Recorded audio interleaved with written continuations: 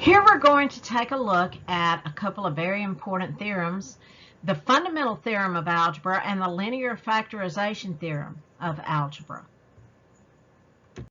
First, the fundamental theorem of algebra. It states that if f of x is a polynomial of degree n, where n is greater than 1, meaning it's not linear, then the equation f of x equals 0 has at least one complex root.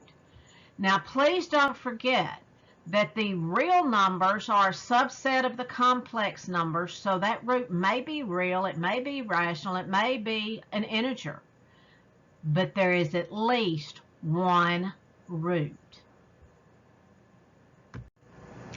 And the linear factorization theorem is stated like this. If f is a polynomial function in standard form, where the degree of f is greater than or equal to 1 and the leading coefficient is not 0, then the function f of x can be factored into the leading coefficient times x minus c sub 1 times x minus c sub 2, continued all the way out to x minus c sub n, where c sub numbers are complex numbers.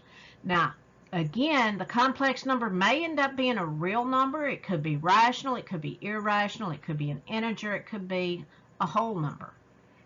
And it is not necessarily distinct. So I may have x minus 1 in there twice. Now, what again that is saying is that an nth degree polynomial can be expressed as the product of a non-zero constant and n linear factors, where each linear factor has a leading coefficient of 1.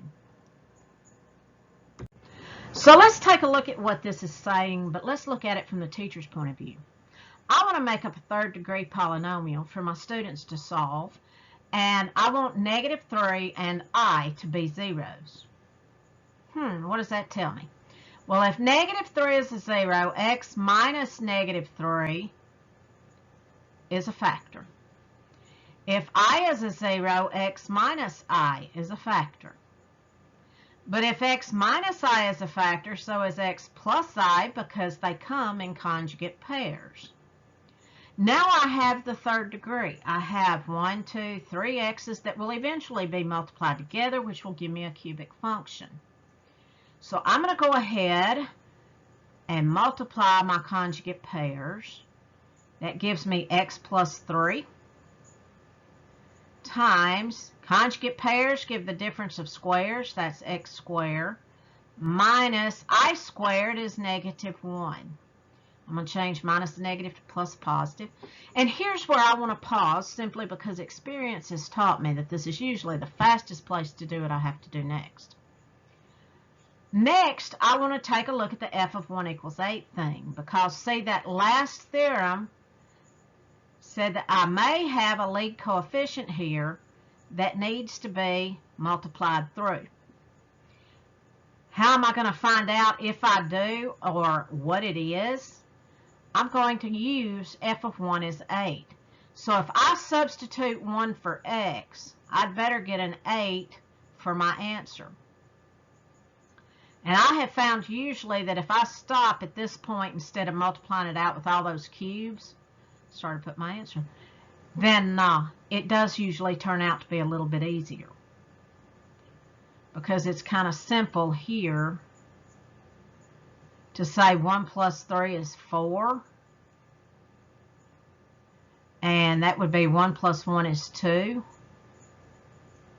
and 4 times 2 is 8, and when I divide by 8, that's not n, that's a sub n. When I divide by 8, I get a sub n is 1. So my lead coefficient is going to be 1, so I'm not worried about him anymore. I kind of stick a 1 in his place. Yeah, I'm going to let that 1 be understood. And then I'm going to come back to where I was, x squared plus 1, and I'm going to actually multiply it out. So that's going to be x cubed plus 3x squared plus x plus 3.